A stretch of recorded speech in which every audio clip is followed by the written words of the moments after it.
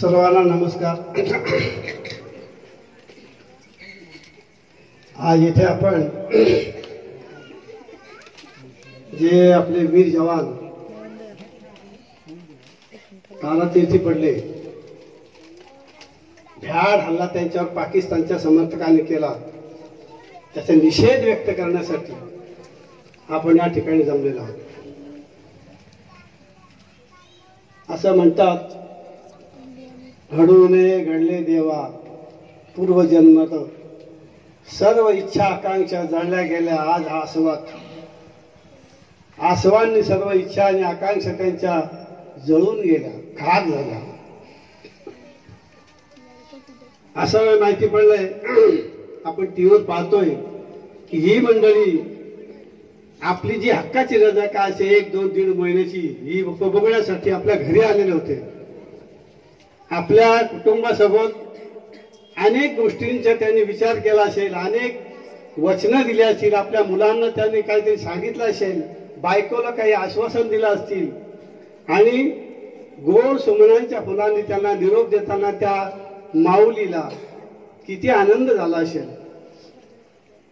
त्यांच्या तिथे गेल्याची त्यांनी फोनच्या ते वाट बघत होत्या, तर त्यांना त्यावेळेला कोणता फोन ऐकायला मिळाला असेल? त्यांच्या निधनाचा फोन। खरं म्हणजे वर्णन करू शकत नाही असा नीच कर्म त्या दहशतवाद्यांनी केला। खरं म्हणजे आज आपण त्यांना इथे श्रद्धांजली वाहण्यासाठी जमलेलो आहोत। आपण नुसतं 2 मिनिटं श्रद्धांजली वाहून परमेश्वराकडे प्रार्थना जरूर करू, परंतु ह्या दुष्कृत्य त्याचा पाकिस्तानला दहशतवाद्यांना धडा शिकवून त्याचं 40च्या बदल्यामध्ये 404,000 बदला घेण्यामध्ये त्यांना खरी श्रद्धांजली वाहिली जाईल, आणि तीच खरी श्रद्धांजली आहे। नुसतं वर्णन करून किंवा नुसते बोंबाटा मारून त्याचा काय फायदा नाही। आजपर्यंत आपण तेच करत आलो। इथे आपले वीर जवान जाधव साहेब आलेले आहेत। खरं म्हणजे त्यांच्या ह्या म्हणजे त्या ठिकाणी जाण्याचा निर्णय त्याचा आम्ही स्वागतच जरूर करू। खरं म्हणजे त्यांना आमचा मानाचा मुद्रा आहे की त्यांनी आपलं जीवन राष्ट्राला समर्पित केलं। असेच वीर जवान कित्येक प्राणाचं बलिदान करून किंवा त्या ठिकाणी येणाऱ्या प्रसंगाला तोंड देत आपल्या देशाचं संरक्षण करतात।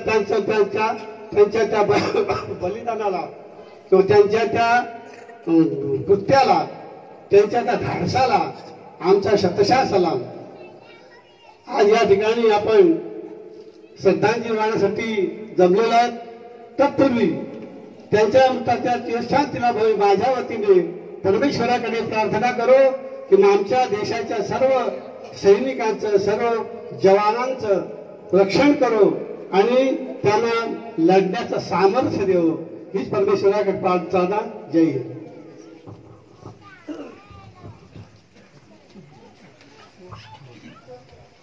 मी श्रीधरजी खारीक यांना विनंती करतो की त्यांनी आपले 2 शब्द मनोगत करावे।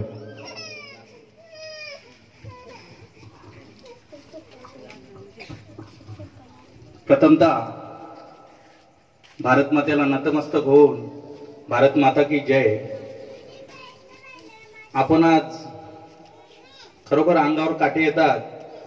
घरात जरी दुःख झालेलं असलं तरी ते सहन होईल, परंतु या देशावर झालेलं दुःख कदापि सहन होणार नाही।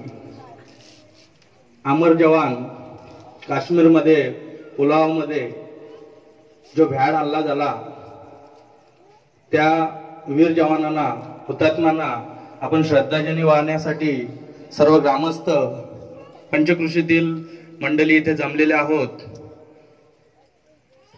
आपले जून अंदुरकीचे कमांडो जाधव ती वास्तविकता सांगतीलच की आपण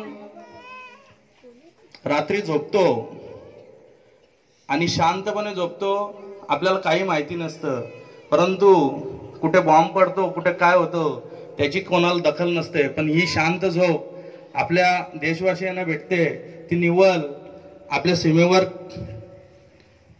जे आपले भूमिपुत्र यांच्याने आपल्याला भेटते. खरोखर यांना करावं तेवढा सलाम कमी आहे. मी माझ्या परिवारातर्फे तसेच आपल्या ग्रामस्थांच्या वतीने या जवानांना भावपूर्ण श्रद्धांजली वाहतो. तसेच मी थोडक्यात एवढं सांगतो की बाळासाहेब ठाकरेंनी 1993ला जेव्हा अतिरेक्यांनी धमकी दिली की अमरनाथ यात्रा होऊ देणार नाही, त्यावेळेला पूर्ण देश आदळून गेला होता. कारण मुंबईमध्ये देखील भरपूर बॉम्बस्फोट झाले होते. परंतु एक हिंदू सम्राट बाळासाहेब ठाकरे यांनी एकच मुंबईतून एक आवाज उठवला की जर तुम्ही अमरनाथ यात्रेवर एकाही यात्रेकरूवर जर हल्ला केला तर आम्ही मुंबईमधून हज यात्रेला निघणारे जे विमान आहेत ते उडू देणार नाही.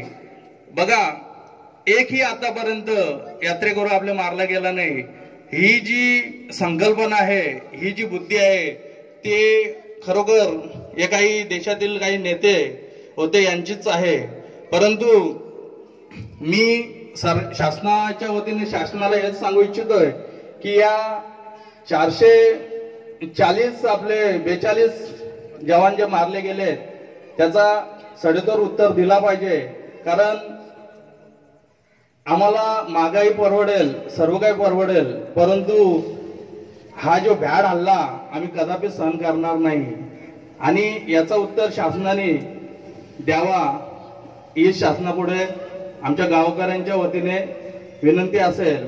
मी पुन्हा एकदा भावपूर्ण श्रद्धांजली वाहून मी माझे 2 मनोगत संपवित आहे. जय हिंद, जय महाराष्ट्र.